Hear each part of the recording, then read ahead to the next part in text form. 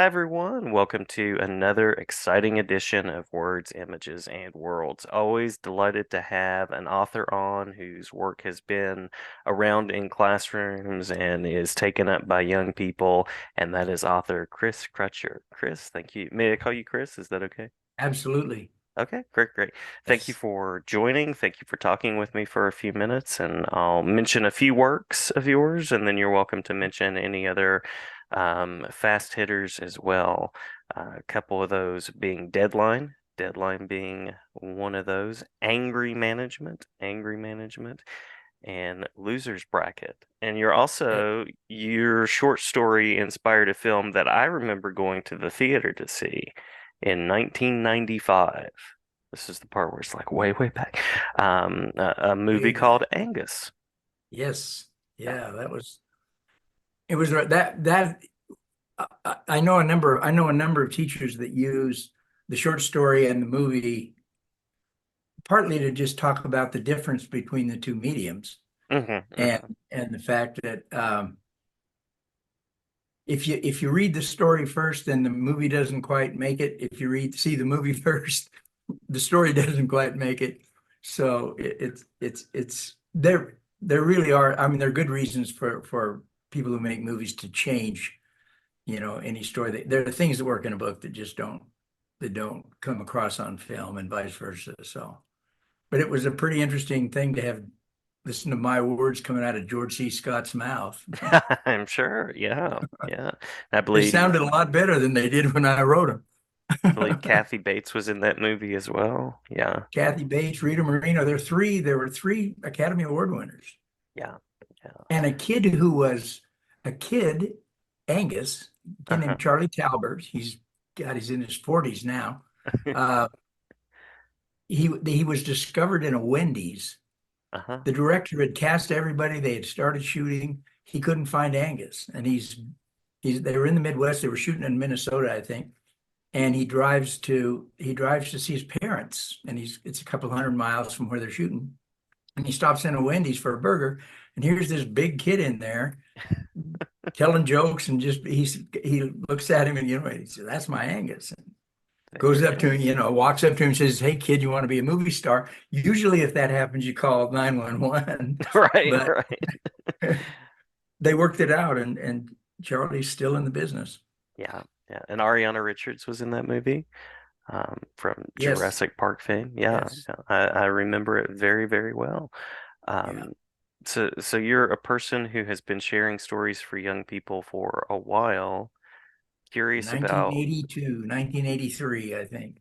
oh yeah, yeah, curious about what that's been like to craft stories with young people in mind.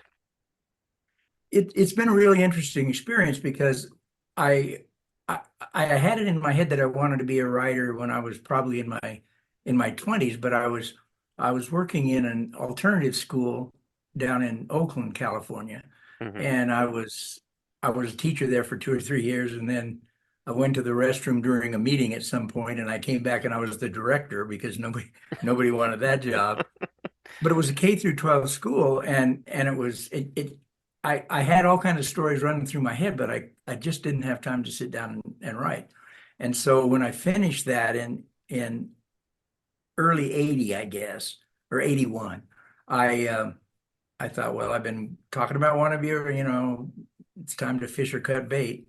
hmm And I'd had this story that turned into a book called Running Loose in my head for some time.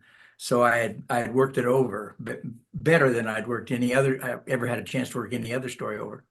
And sat down to write it. And I was not a great high school student. I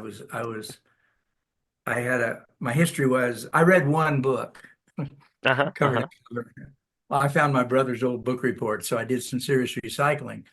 But I was always interested in humor, and I was always interested in short stuff. I mean, it just uh, and I loved words. And so I sat down to write it, and I I the story was pretty raw. And I mean, it was coming out of my time as a high school kid. I mean, I said it in the 80s, but I was in high school in the 60s. And the 60s were, there was a lot of racial stuff going on. The war in Vietnam was going full blast. You know, John Kennedy, President Kennedy was killed when I was a senior in high school. Martin Luther King Jr. was killed when I was a junior in college. There was a lot of, I mean, it felt a little bit like it feels these days, where there was a lot of division. Mhm.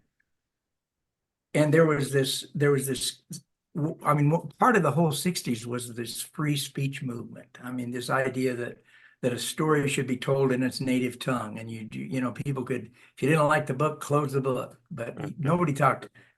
I didn't think, at least, anybody talked about banning books. And I wrote Running Loose, and I grew up in a lumber town in Idaho, and so the language didn't even blip my radar. And I was Mhm. in an alternative school for like 10 years, so the language really didn't blip my radar. Later on, I worked in child abuse and neglect as a therapist, and the language really didn't. So, but some of the issues in the story that just seemed real to me, and some of them came out of my high school years, some of them came out of the kids that I worked with in the alternative school. And when the book came out as a paperback, and it came out in '83, I believe, is in hardback, and then it came out in '85, and it made USA Today's list of top 10 banned books. Mhm.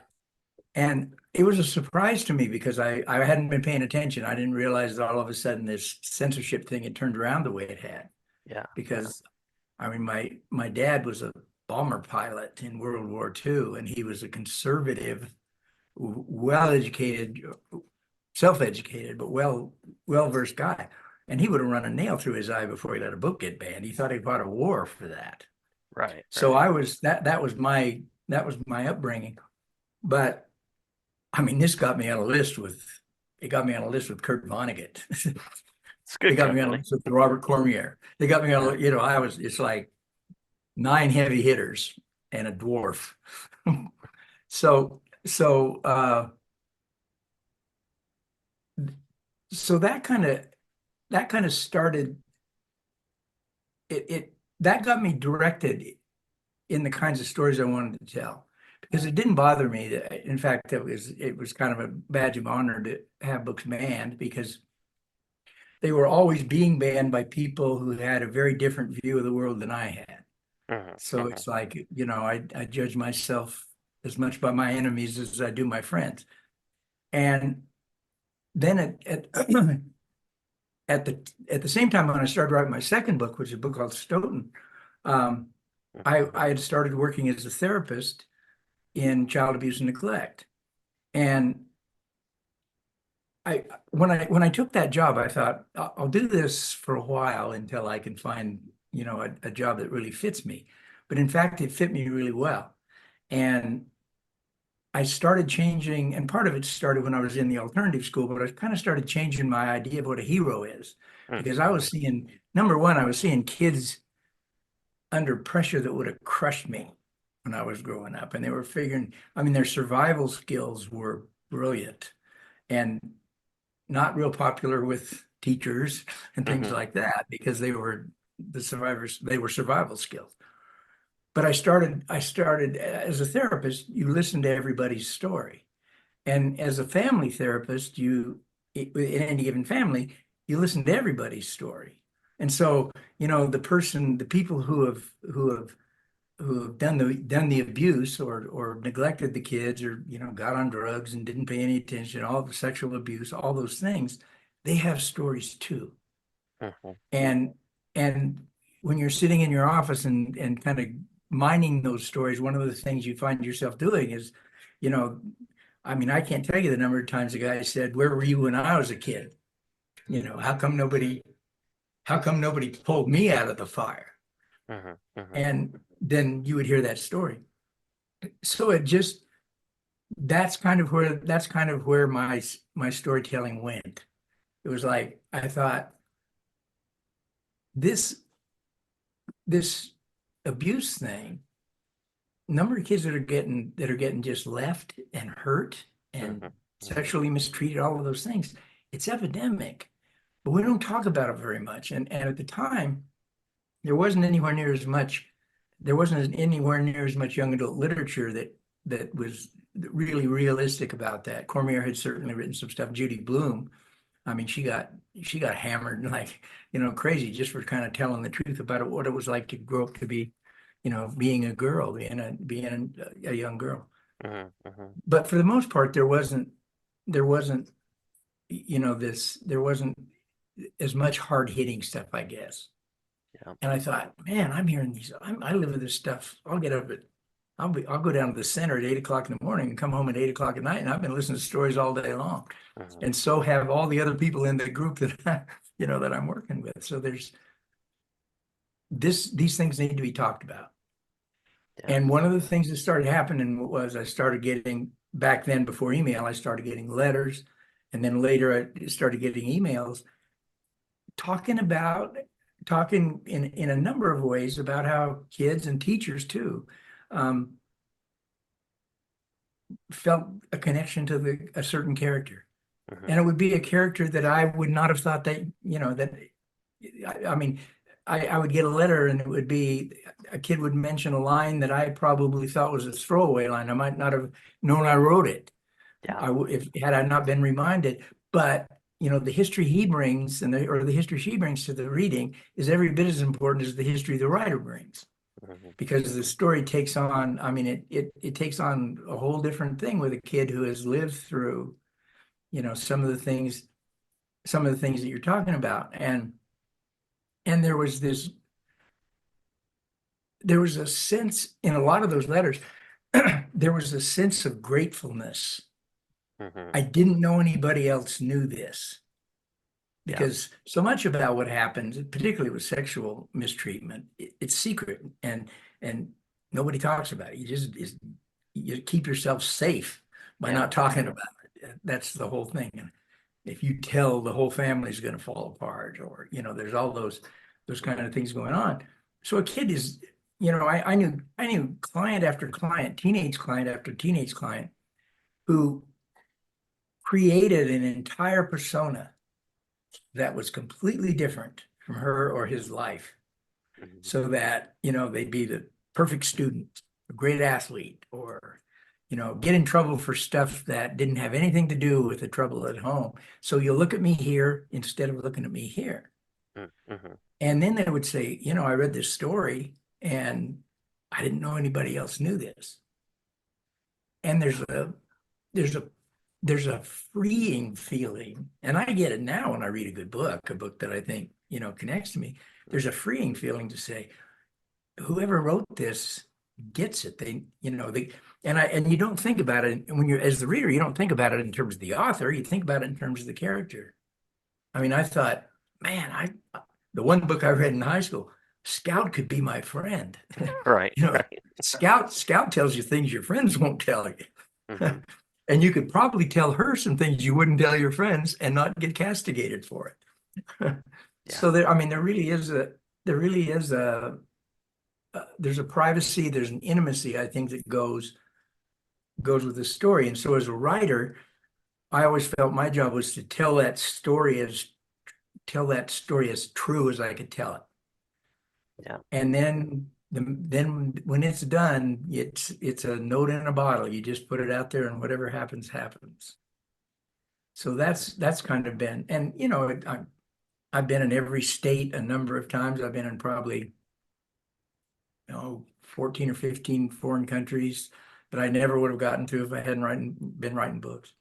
So the life has been a real interesting, enlightening, always surprising uh, journey. Yeah. You may have anticipated my next question, which was uh, the vitality, the reason why sharing stories is so vital, and it's absolutely you've hit on a strong point there of that honesty and those connection points where if something, especially abuse that's surrounded by shame, if something isn't talked about in other places, it can be opened up in a book and create opportunities to see yourself or to explore a story. And even if it's even some of the lighter stuff, Hmm. um, you hit the funny bone of the right reader, and you keep them reading.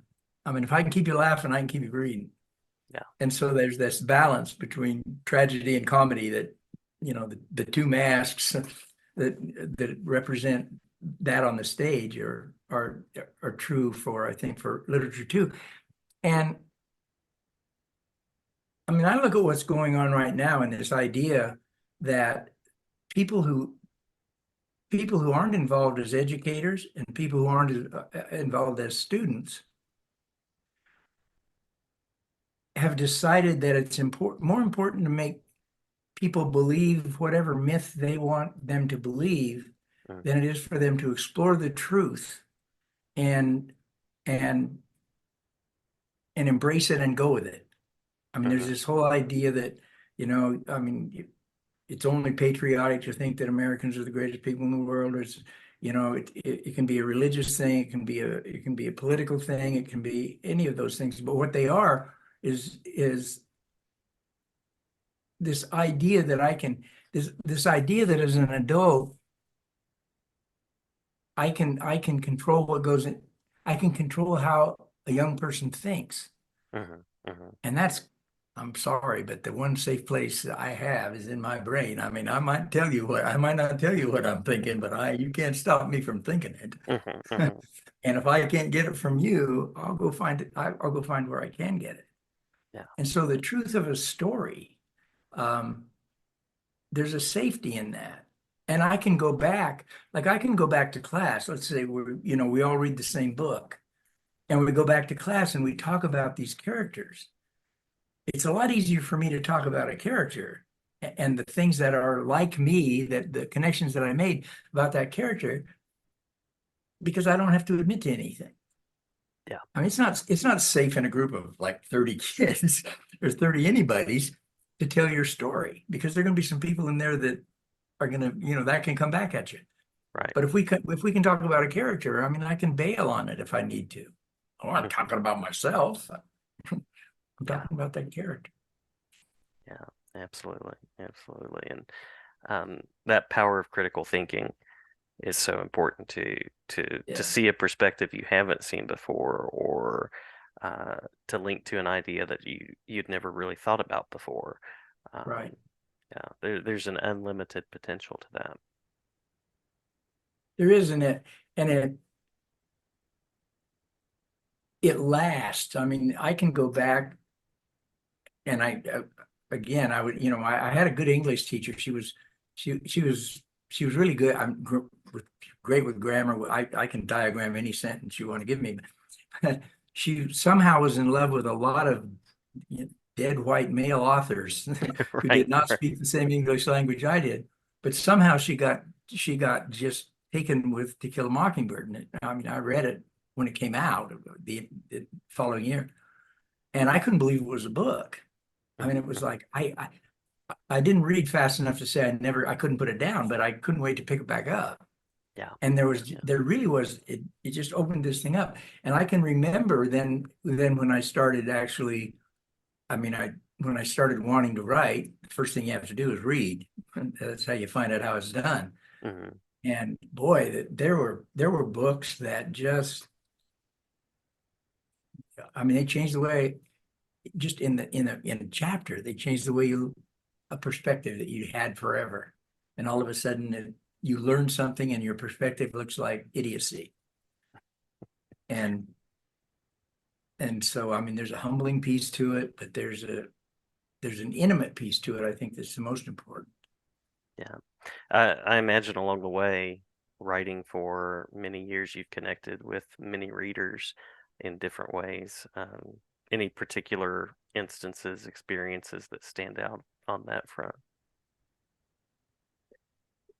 There are a lot. The one that stands out most it was crazy. I was traveling kind of through the Midwest on a book tour for my ill-advised autobiography, a thing called King of the Mild Frontier. And I was coming to Anderson's bookstore just outside of Chicago. And I knew Becky Anderson, who ran it. Her parents had started it and she was running the store. And she got a hold of me right before I got there and she said, I need to give you a heads up for your reading here. there's a kid here. There was a debate group this year, and one of the kids in the debate group had a portion of whale talk Mhm. excerpted and to professionally do in his, and he had made it to state, Mhm. Mhm. and his name was Zach Clifton, and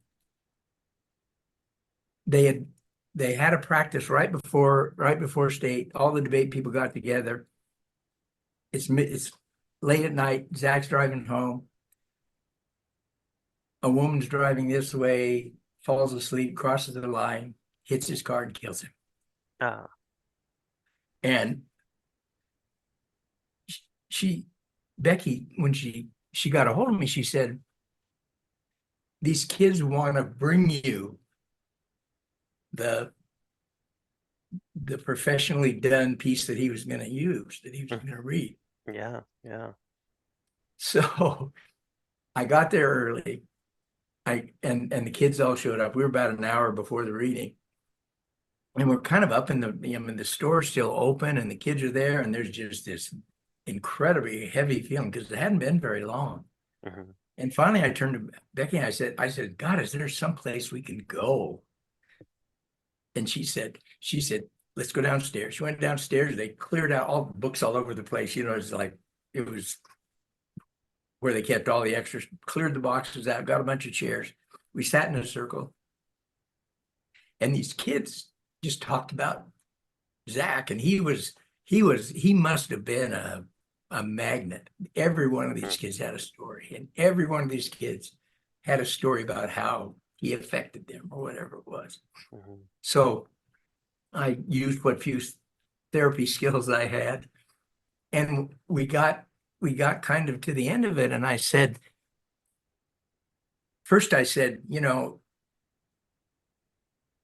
it's kind of a cliche, but we keep people alive by the good works we do Mm. Mhm. in their name. You guys are going to go out there. You're high school kids now. You'll be 30 or 40. You'll do something. Remember that. They all agreed. And I said, I'll, and actually I did. I dedicated the next book to him. Mhm. So his name would still be there as long as I could keep the book in print. And then I said, we got a problem here. I said, I got to go up and do this reading. And it's really funny. And I need a good audience. Mm. Mhm. And there were quite a few people up there already. These kids went up there and they were great. Yeah. They laughed. I mean, it just was a really incredible experience. And part of it was part of for me, the experience was Zach read the book. He loved the book. They buried him with the book, actually. Wow. Wow. But there was this piece that I still have it, that he used to excerpt it for the contest. And the fact that it was that important to him, Mhm. that he wanted to get it across.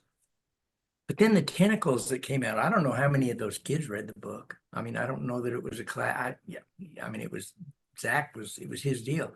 I don't know how many kids read the book, but the tentacles of his appreciation of the book or the way he saw the book was probably different from mine, Mhm. but it Mhm. was also that's how story works.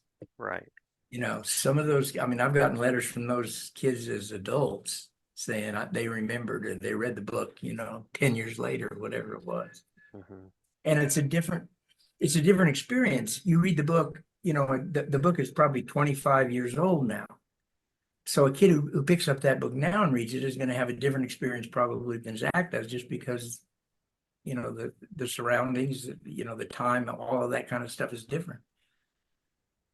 But it's, you know, and they're experiences over and over that you don't expect.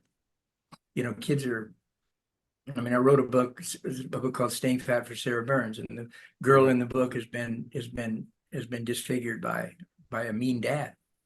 And I got letter after letter after letter from kids who said, I don't have those kind of scars on the outside. She was burned. She says, I don't have those scars on the outside, but I have them on the inside. Mm-hmm. So this character who has none of the history those kids have, um, make the connection. And then then I get a letter from this little freshman in high school wrote me a letter one time. She said, I'm not like a Sarah Burns at all. She said, I'm popular. She said, I probably will be a cheerleader. And she said, but I might be one of those people that would treat her like that. Uh-huh. And I don't want to be. And you think, didn't even think of that Mm-hmm. when I was Right. writing, you know. But it's just that whole thing. It, like I say, the history of the reader is every bit as important as the history of the writer. Yeah. The magic of storytelling, for Yeah. sure. Yeah. And the power of it. Yeah.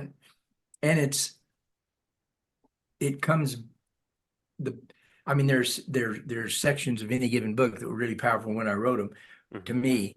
And I wrote them, and when you're writing, they're not powerful because you're trying to put it together. Yeah. But then Yeah. you go back later and you're doing a reading and you forgot what you wrote and you do what I did a minute ago, which is choke up.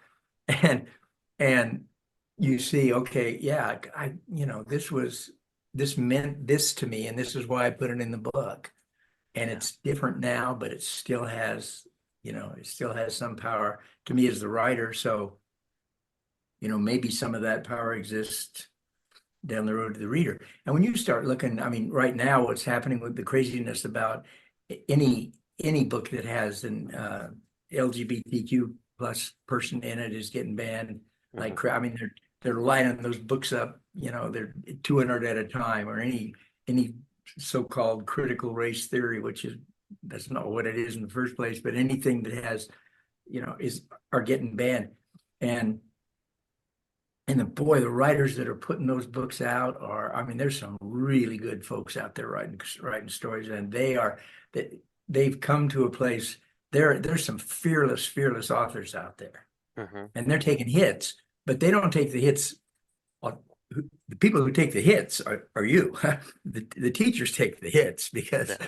they're the ones that bring the book into the class, or the librarian brings the book into the class, and all of a sudden runs up against opposition they didn't expect. Mm-hmm. Yeah. Yeah. When you were talking about how books make connections and connecting with readers, I was going to shout out the fact that during the pandemic, which has preceded and it's sort of been in the middle of a lot of this, um, you were one of the people who I remember very actively saying, invite me to your classroom. I'll visit your classroom. And I just appreciated that point of connection so much that you were sharing. And what was really gratifying to me about that was, I mean, I have almost 3 million air miles since I started traveling, going to schools and things like that. I got a lot of air miles. But you're always, number one, you're talking to an auditorium full of kids, you're talking to a classroom full of kids, whatever. In those Zooms, particularly when the pandemic was going full blast, kids were in their bedrooms, Yep. Yep. or they were in the kitchen, and they were so much more willing to ask questions that they might not have asked if they were sitting with their friends or their enemies or all the other people in the auditorium, that kind of thing. Yeah. And it was fewer kids, but and fewer teachers, but much more, you know, way down into the weeds with some of the question that they were willing to ask. That was a great experience. Yeah. And I still do that. I do it in classrooms now because there's so many schools they can't even afford to fly you there. Hmm. I mean, there are schools but it doesn't cost you anything to talk to me here. Yeah. And so you can, people who had no contact with authors could do it. And I don't even have to wear pants. Right. Right. Hope the doorbell doesn't ring. True. True. True. Um, So folks want to connect with you. Um, what's the best way to do that? And uh, I also always like to ask about what has your creative attention at the moment as well. That could be something that you're writing, something you're working on, something you're reading, or just an idea you want to share. Yeah, if you want to connect with me, it's Stoughton717 at Gmail. Ah, And there you go. I answer all emails. Um, I have three projects that are nearly finished. Two of them finished enough to have been accepted, but I went back over them and they needed work. And part of the reason, one of them was a really tough story. Uh, and I'm doing the editing on it now about a school shooting that was a lot like the one at Sandy Hook. It Hmm. takes place it takes place in a shopping mall with kids that are standing in line to see Santa. So they're the same, they're kindergarten, first grade age. And I was fascinated with that because for whatever reason I've been close to a lot of school shootings. I mean, Hmm. I have contact with a school shooter here in Washington who is in prison for life. Oh, wow. And I was out at a school out here that a kid came to shoot and he couldn't get his AR loaded, so he only killed one kid and wounded three others with his pistol. And then shortly, not too long after that, because I knew the librarian at Stoneman Douglas, um, I wrote her a letter and I was just trying to be helpful, you know, reading that story at Stoneman Douglas. And I said, you guys got a freebie. I'll come next year, the year after, whenever you get things back together again. I'll Hmm. fly myself down, no honorarium. And bless her heart, she called me within like a month or 2 months Hmm. and said, come now. So I was down there. I mean, there's still police tape around that place. And I Wow. started hearing more and more stories. And a lot of them weren't necessarily about the shooting, but they were just this desperation the kids had to be able to tell their story to somebody who would listen to it. Hmm. Hmm. And when she had me come down, she had some local authors come too. And so I went back with this particular story that I'm working on. It's called Some Guy. And the story is that event happened to these little kids when they were kindergarten and first graders. They went to the mall. It was Christmas, and it was the opening of this mall in Boise, Idaho. And now they're juniors and seniors in high school, the Yeah. survivors. Yeah. So having listened to some of those survivors, you know, and I think when I wrote it the first time, um, I was too focused on that one thing Hmm. because I mean, again, any event like that has tentacles that goes out, you know, to a whole bunch of different places. I mean, it changes perspective all around the place. So I'm doing some editing on that, and then the other project is just one that basically talks about the situations and the characters in the real world that made it into my fiction. Oh, The wow. ones that I have permission. Yeah, very cool. I'm Very not cool. telling the others. Yeah. That So sounds those like are, two interesting and important projects. it's keeping me busy. It's keeping Yeah. although the pandemic slowed me down, I had so much time to write that I watched a lot of Netflix. Right. Right. Yeah. You don't want to give a guy like me too much time. I Digging can into waste all it. those stories. Yeah, that's right. And they come together and it's real hard to pull them apart. Yeah. Yeah. Well, Chris, I want to thank you for your time, and I'm glad to share about your work and glad to put this out there for teachers and students to listen to. And I appreciate the work that you do in telling stories and telling stories in really honest ways that connect with people across time and spaces. Well, thank you, and thanks for having me. It's been a pleasure. Pleasure here as well. Thank you so much.